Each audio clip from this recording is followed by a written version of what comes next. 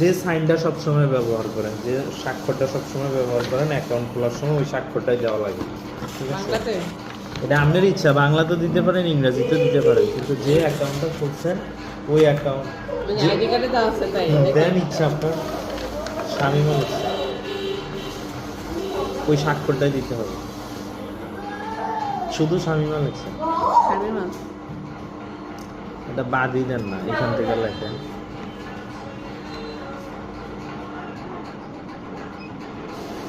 কিবা লেখেন।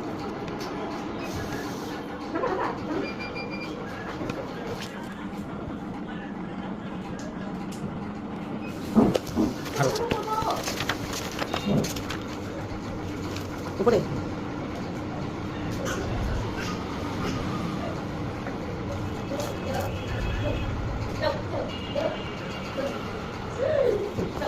অ্যাকাউন্ট খোলার সময় স্বাক্ষরটা একটা গুরুত্বপূর্ণ বিষয়, একটু কারণ বললেই সমস্যা। আপনারে আমি চিনতে পারি, কিন্তু ব্যাংক কিন্তু চিনবে হচ্ছে আপনারা সম্পূর্ণ অনলাইনে আপনার স্বাক্ষরের মাধ্যমে। কারণ আপনি অন্য শাখায় গিয়ে অ্যাকাউন্ট খুলবেন, তখন তো আপনার চেহারা চিনবেন না, আমি আমার মতো স্বাক্ষরে চিনবে, আমিও থাকবো না। তো ওই ক্ষেত্রে ব্যাংক অ্যাকাউন্ট খোলার ক্ষেত্রে স্বাক্ষরটা একটা গুরুত্বপূর্ণ বিষয়, যেমন আপনি সবসময় যে স্বাক্ষরটা ব্যবহার করেন ওইটা দেওয়াই বেটার।